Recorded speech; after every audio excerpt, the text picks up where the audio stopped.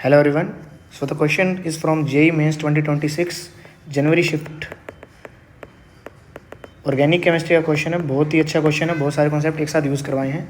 Basically ये amine chapter का question है। अगर प्रॉपर चैप्टर की बात की जाए तो अमाइन चैप्टर से रिलेटेड ये क्वेश्चन है।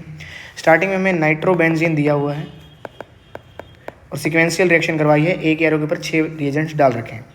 तो मेंस में बहुत बार पूछा जाता है इस टाइप के क्वेश्चंस।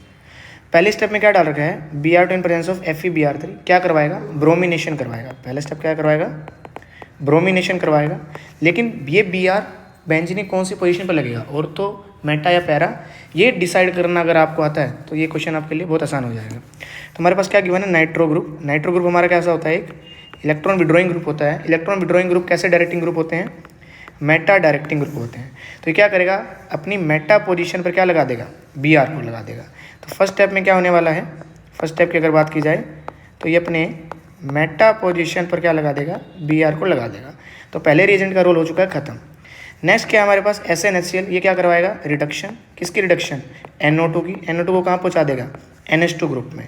तो सेकंड स्टेप में हमारे पास क्या बनने वाला है, NO2 की जगह पे क्या लग जाएगा, NH2 and Br। Second step का रोल खत्म हो चुका है। थर्ड स्टेप में ये बहुत इंपॉर्टेंट है वैसे, पीएच को न्यूट्रलाइजेशन क्या बोला हुआ है कि न्यूट्रल पीएच का यूज़ किया गया है। आप अच्छे से जानते होंगे कि अगर बेसिक मीडियम को या एसिडिक मीडियम को, बेसिकली एसिडिक मीडियम को यूज़ कर लिया गया तो एसिड बेस रिएक्शन हो सकती है, क्योंकि NH2 ग्रुप हमारा बेसिक इन नेचर होता है और उसका मेटा, ऑर्थो और पैरा नेचर चेंज हो जाएगा। तो न्यूट्रल है मतलब NH2 की फॉर्म में रहेगा, बस ये बताना चाहता है और इसका कोई रोल नहीं है। फोर्थ स्टेप में हमने क्या करवा रखी है, ब्रोमिनेशन। क्या करवा रखी है, ब्रोमिनेशन।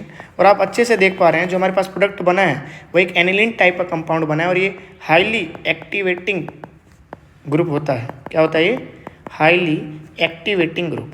हाईली एक्टिवेटिंग ग्रुप होने की वजह से अपनी सारी ऑर्थो और पैरा पोजीशन के ऊपर Br को लगा देगा। तो इसके रिस्पेक्ट में कौन कौन सी पोजीशन ऑर्थो और पैरा है, ये दोनों पोजीशन क्या है, ऑर्थो है, और ये वाली पोजीशन क्या है, पैरा है। तो सभी ऑर्थो और पैरा पोजीशन के ऊपर ये क्या कर देगा, Br ग्रुप को लगा देगा। तो थर्ड स्टेप में हमारे पास क्या बन जाएगा, NH2, और ऑर्थो और पैरा के ऊपर भी Br लगा देगा और मेटा पर ऑलरेडी एक Br लगा ही हुआ था। तो ये हमारे पास थर्ड कंपाउंड बनकर रेडी है। अब नेक्स्ट स्टेप में फोर्थ का रोल खत्म हो चुका है। NaNO2HBr 0 से 5 डिग्री सेल्सियस ये क्या करवाता है, बेंजीन डाइजोनियम क्लोराइड बनाता है। मतलब NH2 को किस में कन्वर्ट कर देता है, N2+Cl- में। तो क्या करेगा, फर्स्ट स्टेप में NH2 को कन्वर्ट करवा देगा किस में, N2+ एंड Cl- में। बाकी Br अपनी पोजीशन पे ही रहेंगे। ये हमारा फोर्थ रोल भी खत्म हो चुका है। नेक्स्ट क्या हमारे पास, CuBr in presence of NaBr। ये क्या करवाता है, कुछ नहीं, हमें पता है N2 पॉजिटिव जो हमारा N2 होता है वो बहुत ही बढ़िया बेटर लीविंग ग्रुप होता है। कोई भी हल्का सा भी कोई न्यूक्लियोफाइल आएगा इसको सब्स्टिट्यूट कर सकता है। तो यहाँ पे हमारे पास कौन आएगा सब्स्टिट्यूट करने के लिए, Br आने वाला है। तो N2 हट के क्या लग जाएगा, Br लग जाएगा। तो क्या देख पा रहे हैं, N2 हटने के बाद यहाँ Br, और जहाँ पे ऑलरेडी Br लगे हुए थे वहाँ पे हमने Br को लगा दिया है। अब चलते हैं क्वेश्चन को पढ़ने के लिए। हमने प्रोडक्ट बना लिया कि मेजर प्रोडक्ट P क्या बनेगा।